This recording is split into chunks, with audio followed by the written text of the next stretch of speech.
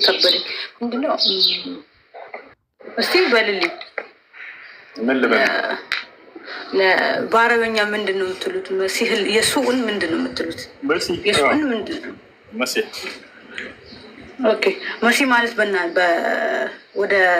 ወደ አማርኛው ስንተረጉመው ምንድን ነው? መሲህ ማለት መጽሐ ከሚለው ቃል የተወሰደ ቃል ነው። መሲህ የሚለው መሰሐ ማለት ዳበሰ፣ አበሰ፣ ቀባ፣ ዳሰሰ፣ እነዚህ ሁሉ አንድ ናቸው። ለምን እንደዚህ? እሱ በምድር ለምንድን ነበር ስራው ብላችሁ የምታምኑት እናንተ? በጣም ጥሩ። ይህ የተሰየመበት ምክንያት ለምንድን ነው ከተባለ ሊአነሁ ካነ የምሰሕ ዐለ ልመርዳ ወይዳዊህም ብኢዝኒላህ ዐዘ ወጀል፣ በታመሙ ሰዎች ላይ ይዳብሳቸውና ይፈውሳቸው ነበር። ሰቸዋል ለምጽ ያለባቸውን ሰዎች ቢስሚላህ ወይም በአላህ ስም ብሎ ሲዳብሳቸው ያ ለምጻቸው ይወገዳል። ማየት የተሳናቸውን ይፈውስ ነበር። ሙታንን ያስነሳ ነበር። ይህን ሁሉ በአምላኩ በአላህ ፈቃድ ያደርግ ነበር። ይህ ሁሉ ተገልጿል ቁርአን ላይ እና መሲሁ እነዚህን ሁሉ ተአምራቶች ያደርግ ነበር። መሰሐ ተብሎ ወይንም መሲህ ተብሎ ይገለጻል።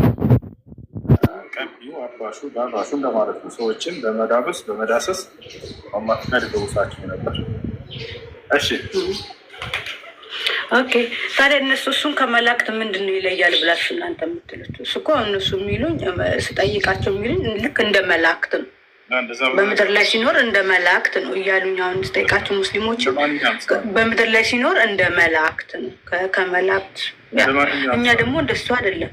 እኛ ደግሞ ፈጣሪ ነው ኦልሬዲ። እኛ አንድ እሱ ለእኛ ፈጣሪ ነው። እናንተ አንድ የምታምኑበት ጉዳይ አለ። እኛ ቆይ ምን አለ መሰለ ከሞት በኋላ ህይወት አለ እያልን እያመንን ገና ላልኖር ነው ገና ላልሞት ነው ከሞት በኋላ ህይወት አለ ገነት አለ ሲኦል አለ እያልን እያምን ነው። እሱን እንዴት ነው ፈጣሪ ሆኖ እንዴት ሞተ እንዴት ተነሳ የሚለው ማመን ያቃታችሁ? እንዴት ሶስት ሆነ? ፈጣሪ ሞትም ሲጀመር ኢየሱስ ክርስቶስ አምላክ እንዳልሆነ ትልቅ የምትረዱበት የመጀመሪያው ሙታን ተብሎ ተጽፎላችሁ ከሆነ መጽሐፋችሁ ላይ አምላክ እንደማይሞት መጽሐፋችሁ ይናገራል ራሱ። አንደኛ ጢሞቴዎስ ምዕራፍ 1 ቁጥር 16 ላይ የማይሞተውም እርሱ ብቻ ነው ይላል። አንዱ አምላክ አይሞትም፣ በፍጹም አምላክ አይሞትም። እኛ ደግሞ የሱ ምሳሌዎች ነን። እኛ የሰው ልጆች ደግሞ እኛ ደግሞ በኦርቶዶክስ ኢየሱስ ክርስቶስ ማለት የሰው ምሳሌ ነው። መሞት አለ፣ ከሞት በኋላ ህይወት አለ። እና ለዚህ ነው እኮ እኛ እኮ የምናምነው እኮ ከሞት በኋላ ህይወት አለ የምንለው እኮ እሱ ሞቶ ስለተነሳ ነው። እኛ እኮ እናንተ ረሱል ብላችሁ ረሱል ሰለላ ብላችሁ እኮ በምድር ላይ ያሉትን ያደረጉትን ነው እናንተ የምታደርጉ። እሳቸው የእናንተ ማለት የነሱ የእሳቸው ምሳሌ ናቸው አይደል? እንዲህ መሰገድ አለበት፣ እንዲህ ሽንት ቤት መግባት አለበት፣ እንዲህ መሆን አለበት ብላችሁ ሰለላሁ ዐለይሂ ወሰለም ተከተላችሁ። እሳቸው ማለት በምድር ላይ ስላሉ እናንተ እሳቸውን